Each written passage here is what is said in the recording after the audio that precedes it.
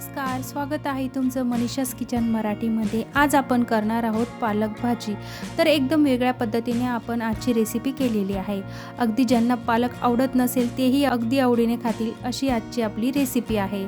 तर व्हिडिओ पूर्ण बघा, त्यामध्ये खूप साऱ्या टिप्स आणि ट्रिक्स दिलेल्या आहेत। तर सुरुवात करूया आजच्या रेसिपीला।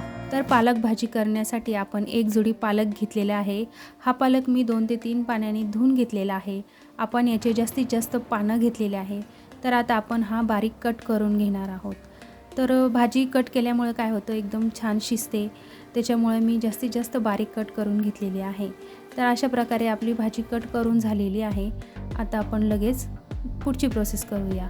तर त्यासाठी सर्वात आधी एक कढई ठेवलेली आहे। त्यामध्ये आता आपण एक चमचा शेंगदाणे टाकलेले आहेत। शेंगदाणे छान असे खरपूस आपल्याला डागपर्यंत भाजायचे आहे।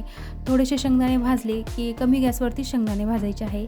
यामध्ये आपण 1 चमचा पांढरे तीळ घातलेले आहे। तर तीळही छान असे आपल्याला भाजून घ्यायचे आहेत। आपण जे साहित्य घालतोय त्याच्यामुळे एकदम वेगळी पद्धत आहे, तर त्याच्यामुळे आपली भाजी एकदम टेस्टी बनणार आहे। तर आम्ही त्यामध्ये 1 चमचा बेसन घातलेला आहे।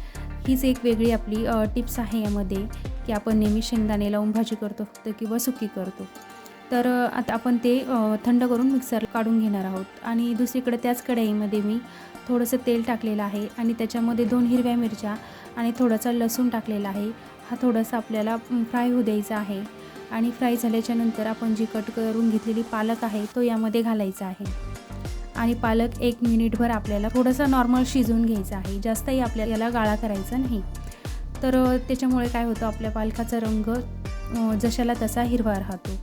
आणि यामध्ये आता आपण थोडंसं मीठ टाकणार आहोत, त्याच्यामुळे आपल्या भाजीला चव ही खूप छान येते। आणि आपल्याला कुठेही मीठ घालायचं आहे, त्याच्यामुळे थोडंसंच मीठ यामध्ये मी घातलेलं आहे।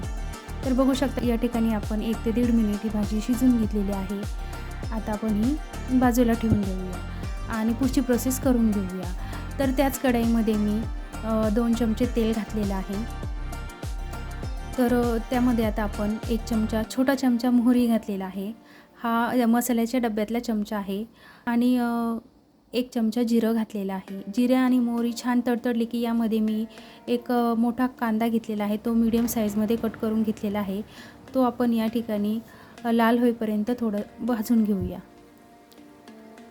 तर या ठिकाणी आपला कांदा सॉफ्ट झालेला आहे, म्हणजे 75% आपला कांदा या ठिकाणी शिजलेला आहे। तर त्या स्टेजमध्ये आता आपण एक मीडियम साईजचा टोमॅटो मध्यम आकारामध्ये कापून घेतलेला आहे, हे यामध्ये घालून घेऊया। आणि याला छान दोन्ही कांदा आणि टोमॅटो छान असे फ्राय करून घेणार आहोत। आता यामध्ये सुके मसाले घालूया। तर 1 चमचा मी धना पावडर टाकलेला आहे, 2 चमचे लाल मिरची टाकलेले आहे, तुमच्याकडे जी पण घरात असेल ती टाकू शकता। आणि अर्धा चमचा मी हळद टाकलेली आहे।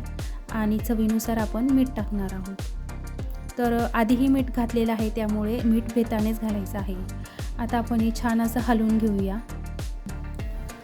आपण आता हे मसाले छान असे हलवून घेतलेले आहेत।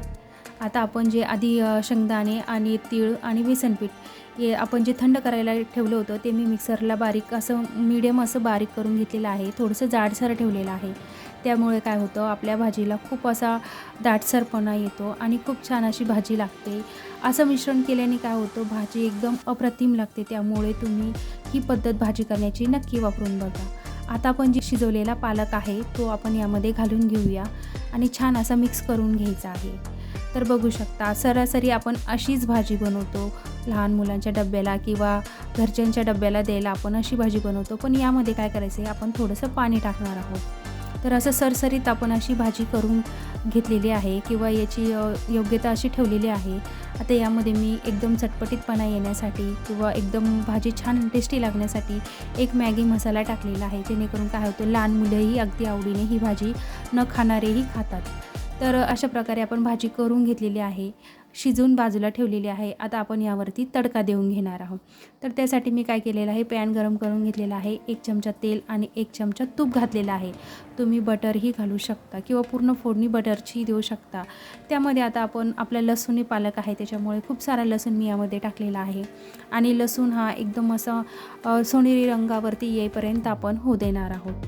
आणि त्यामध्ये मिरच्याही टाकायच्या आहेत। तर आपला लसूण छान सोनेरी रंगावरती झालेला आहे। मी गॅस बंद केलेला आहे। त्यामध्ये 2 लाल मिरच्या टाकलेल्या आहेत आणि अर्धा चमचा पांढरे तीळ टाकलेले आहेत।